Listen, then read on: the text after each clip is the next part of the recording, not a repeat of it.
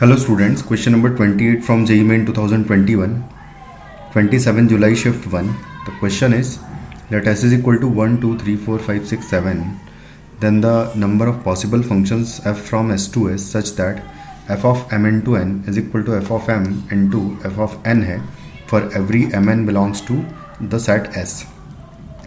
m into N भी इसी set में होना चाहिए ऑब्वियसली. इज इक्वल टू क्या होगा ये बताना है हमें. तो देखो यहाँ पर क्या करेंगे. सबसे पहले तो अगर मैं m की वैल्यू मान लो 1 लेता हूँ तो f of 1 into N is equal to आएगा f of 1 into F of n.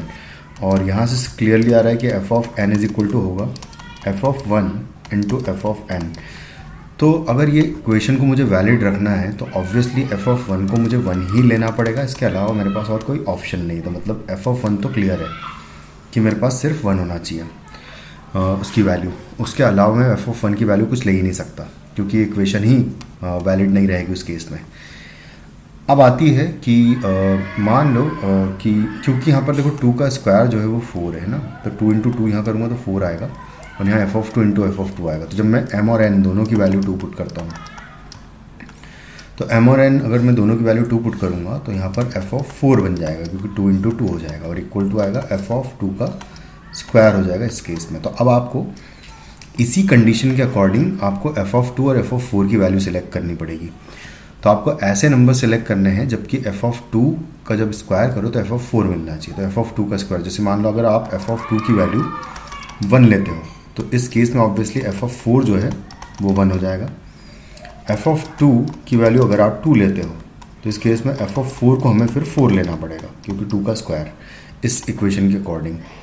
लेकिन अगर f ऑफ 2 की वैल्यू 3 ली तो f ऑफ 4 में 9 नहीं ले सकता क्योंकि 9 हमारे पास ऑप्शन में है ही नहीं. तो यही दो केस बनेंगे. अब इन दो केसेस में बाकी जो ऑप्शन हैं उनको भी हम लोग एक बार चेक करेंगे क्योंकि 6 जो है वो 2 और 3 का मल्टीपल है.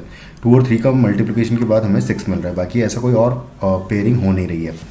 तो यहाँ पर केस 1 की अगर बात करें तो केस 1 में f ऑफ 1 तो ऑलरेडी 1 ले लिया है हमने क्योंकि हर एक केस में लेना ही है. f ऑफ 2 और f ऑफ 4 दोनों की वैल्यू अगर मैं 1 1 ले लेता हूँ यानी कि ये वाला केस ले लेते हैं अगर.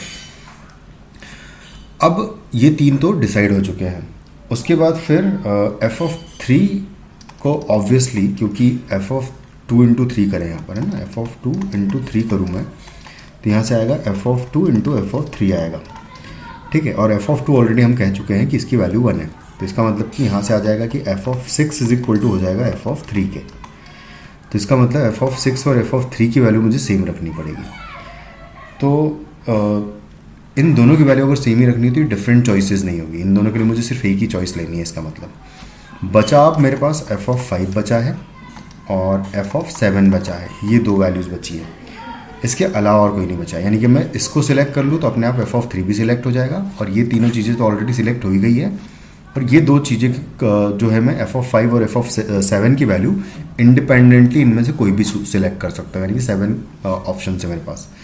तो 7 इंटू 7 इंटू 7 यानी कि 7 choices for f of 6, 7 choices for f of 5 and 7 choices for f of 7 हो जाएगी क्योंकि ये डायरेक्टली इसके इक्वल हो जाएगा f ऑफ 6 के. तो इसके लिए अलग से कोई चॉइस मुझे लेनी नहीं है और बाकी तीन तो हो ही चुके हैं इधर. तो इस तरीके से मेरे पास यहाँ से 7 क्यूब जो है टोटल वैल्यूज़ मेरे पास यहाँ पर आ जाएगी. उसके बाद फिर नेक्स्ट केस की अगर बात करें तो केस 2 में जब मैं f ऑफ 1 तो खैर 1 लेना ही है वो तो क्लियर है. और उसके बाद फिर f of 2 is equal to मैं 2 ले लूँ और f ऑफ 4 ऑब्वियसली फिर मुझे 4 लेना पड़ेगा. तो ये हो जाएगा केस. उसके अकॉर्डिंगली f ऑफ 6 जो है वो मुझे लेना पड़ेगा 2 into F of 3. 2 into F of 3 लेना पड़ेगा. कुछ इस तरीके से आ जाएगा. तो यहाँ पर भी देखो आप केस बनेंगे. वो डिपेंड करेगा कि f ऑफ 3 आप क्या ले रहे हो. इस केस में अंदर केस बनेंगे. पहला केस a मान लेता हूँ मैं. ये तीनों तो फिक्स होंगे हमेशा इन तीनों केसेस में जो मैं नीचे लेने वाला हूँ. तो अगर f ऑफ 3 की वैल्यू मान लो 1 हुई तो उसके अकॉर्डिंग अपने आप f ऑफ 6 जो है वो 2 हो जाएगा. ये पहला केस. दूसरा केस अगर मान लो f ऑफ 3 की वैल्यू आपने 2 ली तो 2 इंटू 2 4 हो जाएगा यहाँ पर f ऑफ 6 की वैल्यू अपने आप. और C ऑप्शन ये होगा कि f ऑफ 3 की वैल्यू मान लो आपने 3 ले ली तो 3 इंटू 2 6 हो जाएगा. f ऑफ 6 की वैल्यू कितनी हो जाएगी 6 हो जाएगी. ये हो जाएगा। लेकिन डी ऑप्शन और हो ही नहीं सकता। अगर आपने एफ ऑफ 3 की वैल्यू 4 ली तो 4 इंटू 2 हो जाएगा ये 8, जो कि हमारे पास ऑप्शन में है ही नहीं। तो इसका मतलब यही 3 केस बनेंगे। तो उसके बाद फिर मेरे पास बचेगा सिर्फ एफ ऑफ 5 और एफ ऑफ 7 ही बचा। तो सिर्फ इन दोनों के लिए ही बात करनी है। तो यहाँ पर भी 7 इंटू 7 चॉइसेस, यहाँ पर भी 7 इंटू 7 चॉइसेस और यहाँ पर भी 7 इंटू 7 चॉइसेस।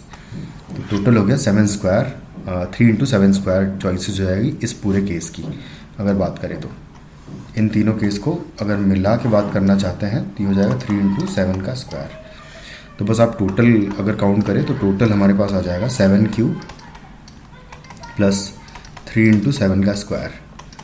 तो यहाँ से आ जाएगा हमारे पास 7 क्यूब जो है वो 49 इंटू 3 करेंगे अगर, तो 9 तिया 27 और सॉरी 7 से मल्टीप्लाई करना है, 7 नाम 63, 6 3 बच्चों को 28 और 6 करेंगे तो 34 हो जाएगा। 343 प्लस 3 इंटू 49 हो जाएगा। तो ये हो जाएगा 343 एंड प्लस 49 इंटू 3 करेंगे अगर तो ये हो जाएगा 147। तो फाइनली हमारे पास जो आंसर आएगा इस क्वेश्चन का वो ये हो जाएगा 0, यहाँ पर आ जाएगा 9 और ये हो जाएगा 4। तो 490 जो है फाइनली हमारा आंसर होगा इस क्वेश्चन का, 490। Thank you.